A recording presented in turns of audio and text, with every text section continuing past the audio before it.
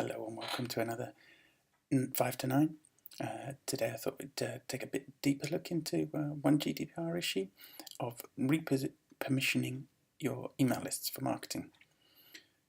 So it's important for GDPR to track both the permission for opted in, yes, but also the time that was done to count as a proper permission. The permission on the website needs to be stated clearly, and it needs to be possible to be taken back when the user would like to as well.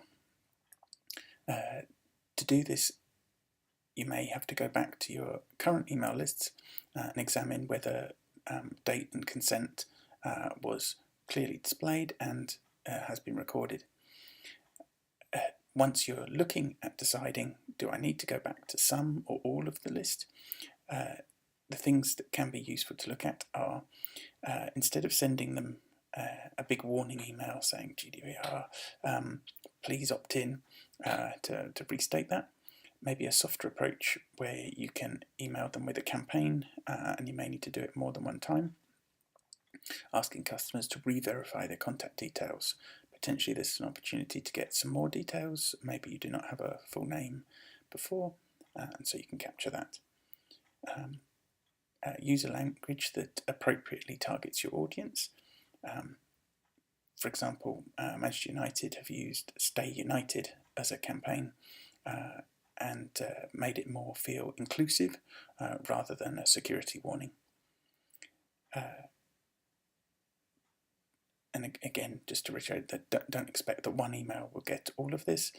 You may have to filter down a list and repeat this process in batches over the rest of the year. Making sure obviously you've updated what's on the website for future reference too. You should also be giving the users choice of saying yes or no. If they're opting out of permission, then they'll be aware that they won't receive your targeting anymore. And also use other channels too, not just email. So though it may be updating email preferences, making your social, video, print material, other pieces that are available to the customer to get a more holistic approach, and also going back in obviously to anywhere that there is already activity to encourage people to sign up, potentially in membership bundles or other contracts.